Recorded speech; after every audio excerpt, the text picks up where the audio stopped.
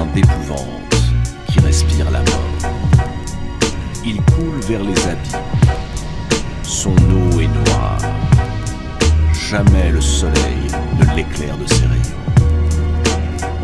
Le Styx, tel est le nom de ce fleuve maudit. Il traverse des magmas de roches et de métaux en fusion. Lentement, il converge au centre du monde souterrain, vers un vaste marais. Sur sa rive, une foule indistincte, des ombres, celles et ceux qui, quelques minutes plus tôt, étaient encore en vie. Et soudain, surgit des limbes une barque délabrée. Debout, un homme observe les ombres. C'est un vieillard, il est laid, barbu, couvert de haillons. Son nom, Charon. Sa fonction, permettre aux ombres de franchir le Styx afin d'atteindre le séjour des morts. Mais Charon pose une condition à chacune de ces ombres. Elles doivent s'acquitter de leur passage par une obole.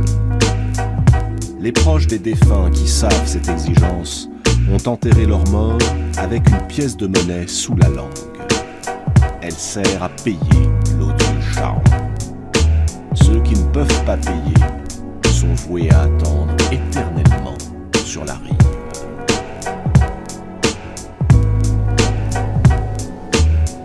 Charon invite un groupe à s'avancer. Il vérifie que le compte y est. Il installe les ombres dans sa barque et leur ordonne de ramer.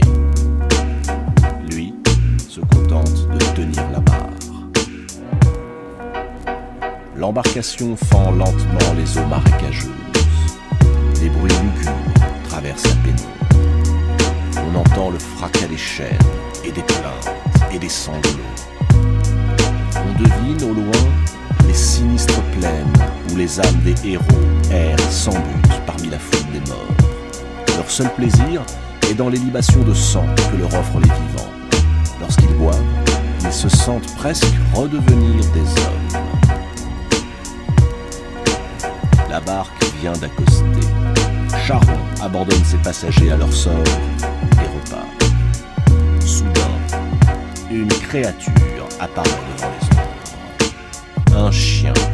Un chien à 3 têtes, immense. Ses yeux sont des braises. Son pelage ressemble à une armée de lances.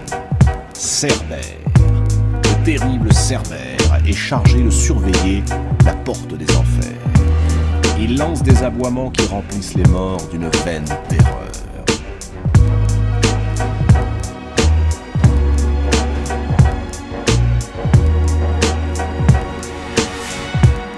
Cerbère est perfide. Il flatte tous ceux qui s'approchent de lui. Il les attire par le mouvement de sa queue et de ses oreilles. Mais une fois qu'ils ont passé le seuil du palais de son maître, Cerbère ne leur permet plus de sortir.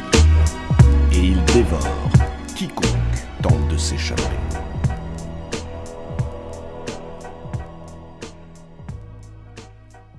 C'est sur ce monde dont on ne peut s'évader que règne le seigneur de la mort, Hadès. Hadès, fils de Rhéa et de Cronos, frère de Zeus. Hadès, le dieu qu'on ne nomme pas. La crainte qui l'éveille est si grande que l'on préfère taire son nom et ne l'évoquer qu'à travers toutes sortes de sobriquets. L'hospitalier, le renommé, le bon conseiller, ou encore le Zeus souterrain. Ce royaume des morts, Hadès ne l'a pas souhaité, pas un seul instant. Il lui fut dévolu après que Zeus se soit emparé du pouvoir et qu'il ait décidé de partager l'univers avec ses frères. Zeus, à tout seigneur, tout honneur, s'attribua le monde des hommes et le monde céleste. Poséidon reçut le monde marin. Et c'est à lui, Hadès, que fut confié le monde souterrain. cette demeure. Même les dieux l'ont en horreur. Comme tout roi qui se respecte, Hadès tient dans sa main un sceptre, avec lequel il gouverne sans pitié les âmes des défunts. Ici, dans les entrailles de l'enfer, entouré de divinités grimaçantes, ses servantes, ses messagères, Hadès édicte ses lois au peuple des ombres. Des lois aussi simples qu'implacables. Une fois les ombres jugées, elles sont dirigées vers l'une des 3 routes qui serpentent à travers les souterrains. La première mène au champ d'Asphodèle, là où réside la grande majorité des âmes imparfaites, ni bonnes ni mauvaises, pas le reflet des vivants.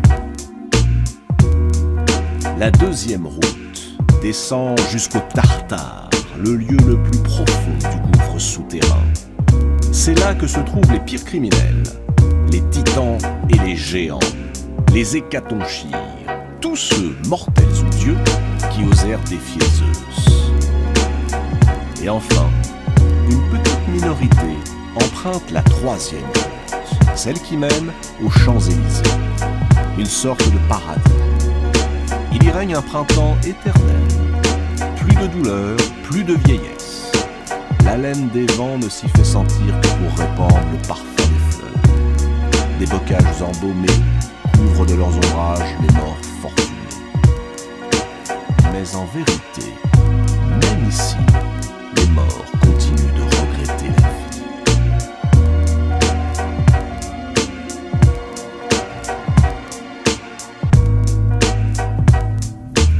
Hadès est un dieu riche. Il est entouré de pierres précieuses et de métaux rares, or, diamants, rubis. Mais il ne possède rien à la surface de la terre. Là-haut, les mortels ne lui édifient aucun temple, ne lui consacrent aucun autel, et le culte qu'ils lui rendent parfois ne se déroule que la nuit.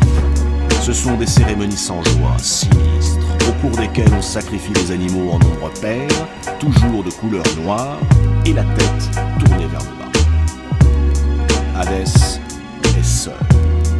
Personne ne supporterait de vivre dans cet univers, entouré des rumeurs qui traversent cette sinistre pénombre. Personne. En tout cas, pas de son plein gré. Et puis, Hadès ne sait rien de ce qui se passe dans le monde supérieur ou dans l'Olympe. Il ne s'y rend presque jamais. Les seules nouvelles du monde qui lui parviennent sont celles de mortels lorsqu'ils frappent le sol de leurs mains en l'invoquant par des jurons et des malédictions. Hadès règne donc en solitaire, mais il éprouve parfois le besoin de quitter son palais infernal pour régler lui-même une affaire ou tout simplement pour respirer l'air d'en haut. Ouvrons ce journal par de toutes nouvelles images vidéo amateurs de l'attaque terroriste contre le symbole de la puissance économique des États-Unis d'Amérique, Stéphanie Pérez. 8h56, une banale intervention dans les rues de New York, quand soudain, un grondement sourd. Ce pompier y prête à peine attention et pourtant...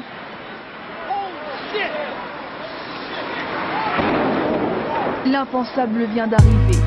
Un avion transformé en bombe volante vient de fondre sur la première tour du World Trade Center. Le cauchemar vient seulement de commencer. 18 minutes plus tard, la deuxième des tours jumelles explose à son tour. Dans les bureaux avoisinants, l'incrédulité, puis la panique et les larmes. Virtual City Planète, le sacrifice des valeurs de vie. Le 11 septembre était un sacrifice, voilà l'âme, la vie. Et ce n'est pas fini, une heure après, les deux tours de 290 000 tonnes chacune s'effondrent comme de vulgaires châteaux de cartes. Était matérialiste. Le 11 septembre, date fatidique et symbolique de développement historique et satanique marque à l'entrée de la société. Dans le troisième millénaire, avec le but de faire appel à la mort, invoquant la sorcellerie de mort mortifère. Des dieux de bassesse, bafouant la justice, la vie, la base de la justice, la vie, implorant le satanisme, la vie, des armes ou des armes fatales. À la fin, d'assister à un recul des valeurs de vie dedans les esprits. le 11 septembre. Macal et esprit, ou plutôt les mauvais esprits, des mauvaises personnes, de la marque de la bête œcuménique, justifiant ou régulant la pensée économique d'une société blasphématoire où la mécréance règne, au dépend de l'innocence ou de l'insouciance de l'enfance, au dépend du respect dû à la vieillesse où la mécréance règne au nom du mépris de la vie humaine. Le 11 septembre sépara l'humanité en deux camps distincts, si ce n'est distant. D'un côté les mécréants, suppôts de Satan, et non suppôts de Satan, suppôts de Satan, suppositoire de Satan, sujet de l'État prenant part à la mascarade gouvernementale ou à l'infamie meurtrière du système social, bafouant la mort ou le repos des âmes. Des millions de personnes mortes à travers le monde suivant cet événement maléfique, prenant part à l'odieuse mesquinerie gouvernementale, dissociant le terrorisme des valeurs sociales d'une société matérialiste. Le matérialisme dénie des valeurs sacrées, dénie des valeurs du sacré de la vie humaine et terroriste ou formaliste la mortalité de mort du terrorisme d'une société anarchiste voit un culte à la mort, une société anarchiste précédant toute la civile, toute la religion. Le 11 septembre classe à la deuxième moitié de l'humanité dans le camp du sacré, toute la justice divine dans le camp du sacré, dans l'armée DJOD, composé des âmes justes, image de la justice de la vie en forme humaine, composé des âmes justes répondant à la volonté divine, repoussant l'enfer, les démons de la démocratie matérialiste, des démons matérialistes derrière le drapeau de l'économicratie, de la médiocratie, des âmes dépravées, évitant toute notion de propreté ou de pureté de âme. La propreté de l'âme, la pureté de l'âme donne l'accès ou ouvre les portes à un autre monde, à un monde nouveau, à un nouveau monde. La propreté de l'âme, la pureté de l'âme ouvre les portes du nouveau monde. Puis l'économie ne régulera plus, si ce n'est ne dérégulera plus. Les relations humaines ou l'économie ne régulera plus, si ce n'est ne dérégulera plus. Les relations humaines faisant fait de l'esprit de la vie, de l'esprit du ciel ou de la spiritualité de vie, des âmes vraies ou sacrées, virtuelles cité planète ou sacrifice des valeurs de vie. Le 11 septembre était un sacrifice, voilà l'âme la vie, établissant le mensonge, drapant la vie de mort comme vérité première ou officielle de la société matérialiste, virtuelle cité planète ou sacrifice des valeurs de vie. Le 11 septembre était un sacrifice, voilà l'âme la vie, établissant le mensonge, drapant la vie de mort comme vérité première officielle de la société matérialiste.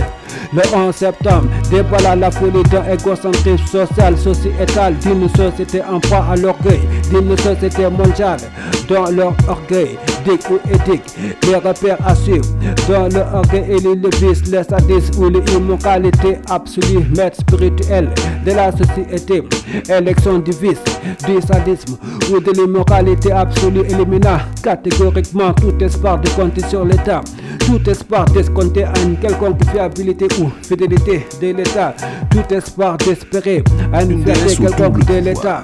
Le socialisme darwinien ou darwiniste, le socialisme darwinien ou darwiniste de la société matérialiste faisant absolument de l'État un traître en soi, trahissant la spiritualité de la vie, l'histoire de la vie, l'histoire de la vie, l'histoire de l'homme dans le ciel de l'étoile, ou trahissant en soi les repères divins de l'humain, trahissant noire de l'esprit de la vie ou de la morale de la vie, de l'esprit de la vie, de la morale de la vie, de la morale du ciel, appelant les justes, les âmes justes à la révolte anti l'artificialité des valeurs sociales d'une société criminelle sans état de âme, dont le âme plane dans le virtuel, limité au mensonge, à la virtualité du factice de l'artifice, limité au vice, dont le âme cantonnée au virtuel ne sera pas apte de respirer la vie, la joie de vivre, la vitalité,